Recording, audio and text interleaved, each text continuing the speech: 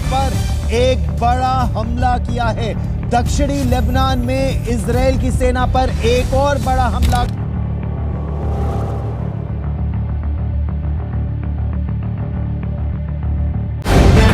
The live TV, सच सबसे आगे।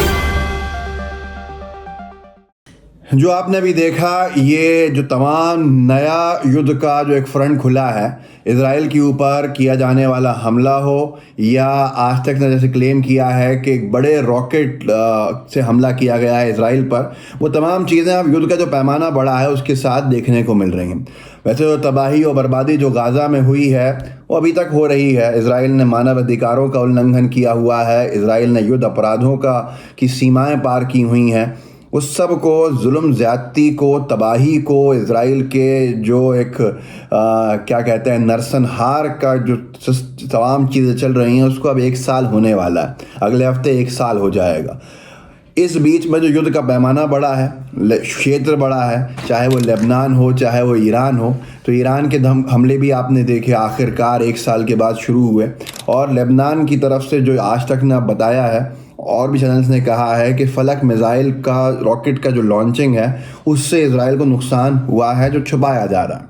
कितनी चीज़ें हैं मैं आपको इस वीडियो में दिखाऊंगा, क्या क्या अपडेट्स हैं, लेकिन साथ में रुकिएगा क्योंकि एक और बहुत इम्पॉर्टेंट चीज़ से आपको रूबरू कराना है। वो ये है कि कैसे नफ़रतबाज, बहुत ही गंदी मानसिकता का आदमी यति नरसिंह आनंद, उसने फिर से एक बयान दिया है और वो बयान बेहद आपत्तिजनक है। पैगंबर साहब को लेके है, दशहरा के संदर्भ में दिया गया बयान है। तो इसके ऊपर जो FIR हुई है या नहीं हुई है, ये मैं आपको आगे बताऊंगा, वीडियो भी दिखाऊंगा कि इसने क्या बोला है। लेकिन ये याद रखिए कि इस नफरतबाज को किसका हिम्मत संरक्षण मिला हुआ है, ये बड़ा सवाल होना चाहिए। हिजबुल्लाह के ऊपर, हिजबुल्लाह ने हमला किया है इजराइल पर। वैसे इजराइल ने भी हमला किया है और जानें ली हैं वहाँ पे, लेबनान में भी, गाज़ा में भी। लेकिन हिजबुल्लाह का एक बड़ा अटैक है जो रॉकेट अटैक है, जिसको आज तक ने रिपोर्ट किया है। वो तमाम चीज़ें हैं, लेकिन ये युद्ध जो है अब और तबाही की तरफ है।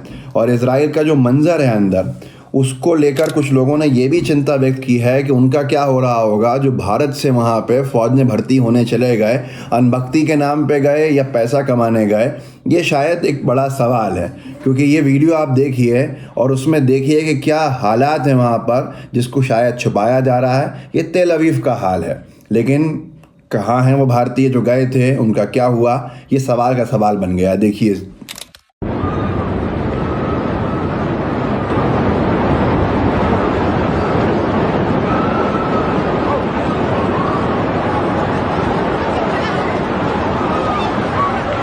ये बड़े लंबे लंबे वीडियोस हैं जो आए हैं, ये सब तेल अवीव के हैं। और इसके ऊपर दिलीप मंडल, जो कि दोगले चीज़ों के लिए आजकल जाने जा रहे हैं, पहले मोदी विरोध में बोलते थे, अब मोदी भक्ति में हो गए, लेकिन उन्हीं का एक फ़ैन पेज है जिसने लिखा है कि इजराइल की मुसीबतें और भी बढ़ने वाली हैं।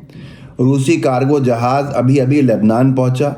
कार्गो प्लेन में आए बंद कंटेनरों में क्या है किसी को नहीं पता। मानवीय मदद भी हो सकती है या हिजबुल्लाह के लिए हथियार भी।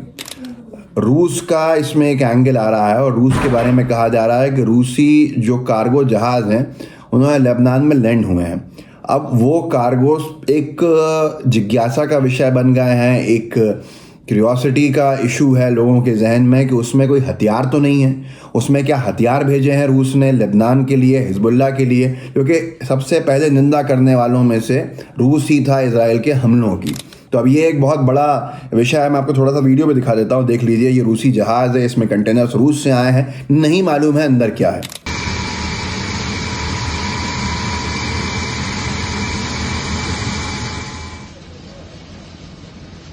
तो ये तमाम चीज़ें हैं। ईरान के जो संसद अध्यक्ष हैं, उन्होंने जो बयान दिया है वो भी चर्चा में बना हुआ है, जिससे समझ में आ रहा है कि ये एक बहुत ही बड़ा विषय बनता जा रहा है। और उसके बाद रुकिएगा, यति नरसिंह आनंद को सुनाऊंगा और साथ में कैसे थाना भवन में किस तरह से मुस्लिम समुदाय के लोगों के जो व्यापार हैं, जो गोश्त के होटल हैं, उनको एक योजनाबद्ध तरीके से बंद कराने का काम किया जा रहा है, वो भी आपको दिखाना है। लेकिन ये ईरानी संसद को ज़रा सुनिए, मैं आपको इनको सुनाता हूँ और बताता हूँ कि ईरानी संसद अध्यक्ष ने कहा है कि हमने इजराइल पागल कुत्ते को कंट्रोल करने के लिए अगला प्लान तैयार कर रखा है।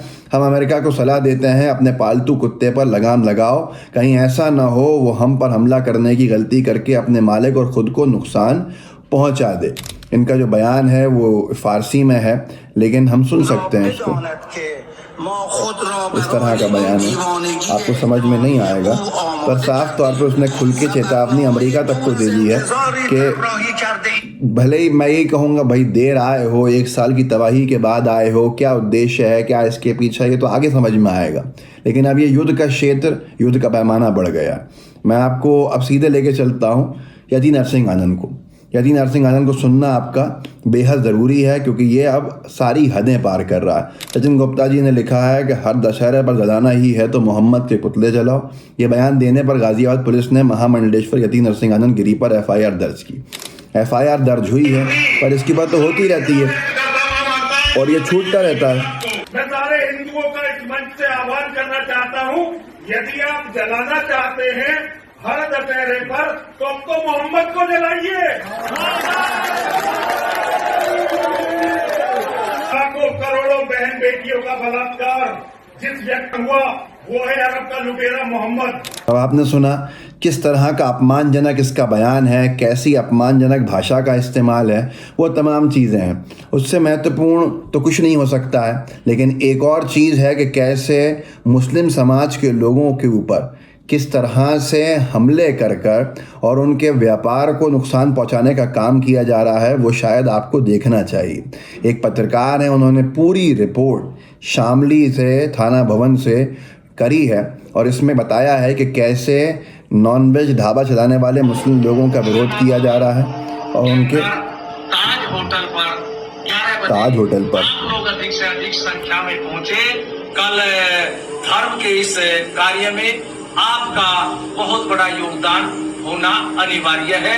जय श्री राम। उसके नॉनवेज होटल को ये बंद कराने के लिए ऐसे पहुंचे हैं।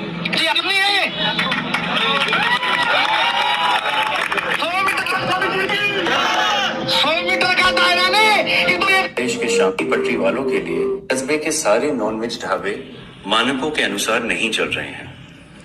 Food safety and standards authority of India या FSSAI के तहत किसी भी धार्मिक स्थल के 50 मीटर के दायरे में कोई भी मीट बेचने वाली दुकान, कई सारे नियम लगाए हैं।